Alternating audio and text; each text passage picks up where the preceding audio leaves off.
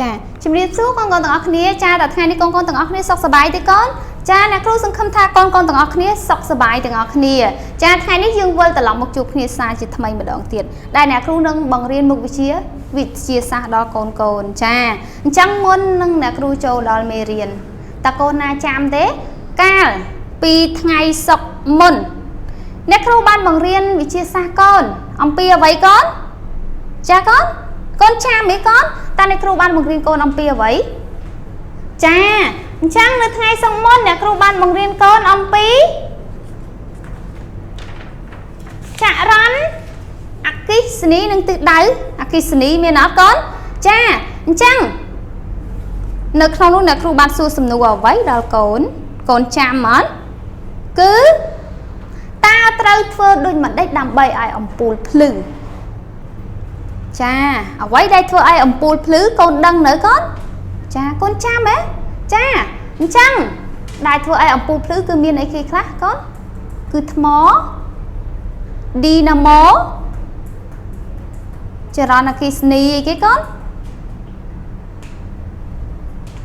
ចាគឺវារីអគ្គិសនីជាដើមមែនអត់កូនដែលធ្វើឲ្យអំពូលភ្លឺចាអញ្ចឹងថ្ងៃនេះយើងមកជួបគ្នាម្ដងទៀតចាអញ្ចឹងមុននឹងចូលដល់មេរៀនចាកូនទាំងអស់គ្នាអានថ្ងៃខែជាមួយនឹងអ្នកគ្រូសិនចាថ្ងៃនេះគឺជាថ្ងៃសុក្រ700ខែចេឆ្នាំជូតទស័កពុទ្ធសករាជ2564ត្រូវនឹងថ្ងៃទី12ខែមិថុនាឆ្នាំ2020ចាកូនអញ្ចឹងសម្រាប់មេរៀនថ្ងៃនេះអ្នកគ្រូបង្រៀនមុខវិជ្ជាវិទ្យាសាស្ត្រមេរៀនទី5អគ្គិសនីដែលអ្នកគ្រូបង្រៀនត្រង់ចំណុចទាំងពីរកូនគឺចំណុចលេខ3ឧបករណ៍វាស់ចរន្តអគ្គិសនី4ឧបករណ៍វាស់កម្លាំងអគ្គិសនីចលករឬតង់ស្យុងចាអញ្ចឹងតើកូនស្គាល់អត់ឧបករណ៍អ្វីខ្លះសម្រាប់វាស់ចរន្តអគ្គិសនីកូនចាកូនណាអាចឆ្លើយបានតើឧបករណ៍អ្វីខ្លះសម្រាប់វាស់មានដូចជាអីកូនសម្រាប់វាស់អីគេវាស់ប្រវែងសម្រាប់វាស់ចំណុះជាដើមមែនអត់កូនចាអញ្ចឹងនៅក្នុងមេរៀននេះយើងឧបករណ៍សម្រាប់វាស់ចរន្តអគ្គិសនីហើយនឹងវាស់កម្លាំងអគ្គិសនីចលករឬក៏យើងហៅថាតង់ស្យុងចាអញ្ចឹងមុននឹងចូលដល់នៅមេរៀនចំណុចខ្លឹមសារមេរៀនអ្នកគ្រូមានជាចំណោទបញ្ហាឲ្យកូន2សំណួរដែលកូនត្រូវគិតទាំងអស់គ្នាចាអ្នកគ្រូមាន2សម្រាប់ឲ្យកូនគិតជាចំណោទបញ្ហានៅក្នុងមេរៀនរបស់យើងចាអញ្ចឹងកូនមើលទាំងអស់គ្នាទី1អ្នកគ្រូប្រសិនបើគេគិតតម្លៃនៃការប្រើប្រាស់ចរន្តអគ្គិសនីតាមចំនួនគីឡូវ៉ាត់ចាគិតជាគីឡូវ៉ាត់តើគេមានឧបករណ៍អ្វីសម្រាប់វាស់កម្លាំងអគ្គិសនីចលករតើຂະຫນាតកម្លាំងអគ្គិសនីចលករនឹងជាអ្វីចាសម្រាប់សំណួរទី2តើឧបករណ៍អ្វីសម្រាប់វាស់ចរន្តអគ្គិសនីតើຂະຫນាតចរន្តអគ្គិសនីជាអ្វីចាអញ្ចឹងអ្នកគ្រូទុកពេលឲ្យកូនសម្រាប់គិតនិងរកចម្លើយដែលត្រឹមត្រូវចាអ្នកគ្រូទុកពេលឲ្យ1នាទីចាអញ្ចឹងកូនគិតមើលសិនណាកូនណាចាកូនគិត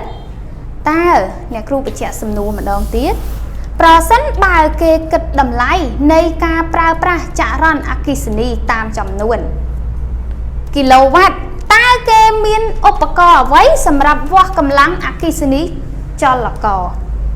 តើຂະຫນាតកម្លាំងអគ្គិសនីចលករជាអ្វីចាស្ដាប់ឲ្យតន់ណាកូនស្ដាប់សំណួរឲ្យតន់អញ្ចឹងឲ្យយល់នៅសំណួរបានកូនអាចឆ្លើយនឹងរកចម្លើយបានត្រឹមត្រូវសម្រាប់សំណួរទី2តើឧបករណ៍អ្វីសម្រាប់វាស់ចរន្តអគ្គិសនីតើຂະຫນាតចរន្តអគ្គិសនីជាអ្វីចាអ្នកគ្រូទុកពេលឲ្យកូនចាអញ្ចឹងកូនគិតរកចម្លើយសិនចា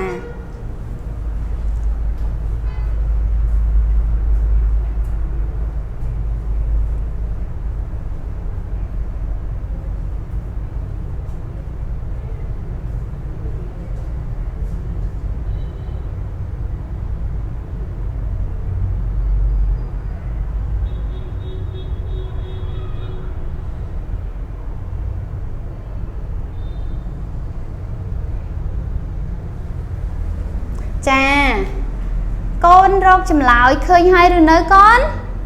ចាសម្រាប់ចម្លើយនៅសំណួររបស់យើងនេះចាតើកូនណារកចម្លើយបានខ្លះឬនៅចាកូនខ្លះក៏បានកូនខ្លះក៏មិនទាន់បានកូនខ្លះបានពាក់កណ្ដាលអ្នកគ្រូចាកូនសំខាន់គឺកូនបានគិតចាបានគិតនៅសំណួរធ្វើឲ្យកូននឹងបង្កើនការគិតកាន់តែច្រើនធ្វើឲ្យកូននឹងកាន់តែយល់ចាអញ្ចឹងនៅក្នុងសំណួរទី1សំណួរទី2អ្នកគ្រូមានជាចម្លើយសម្រាប់កូនកូនហើយចម្លើយនោះអ្នកគ្រូនឹងទុកជាមេរៀនសំខាន់សម្រាប់កូនកូននៅក្នុងមេរៀននេះដូចគ្នាចាអញ្ចឹង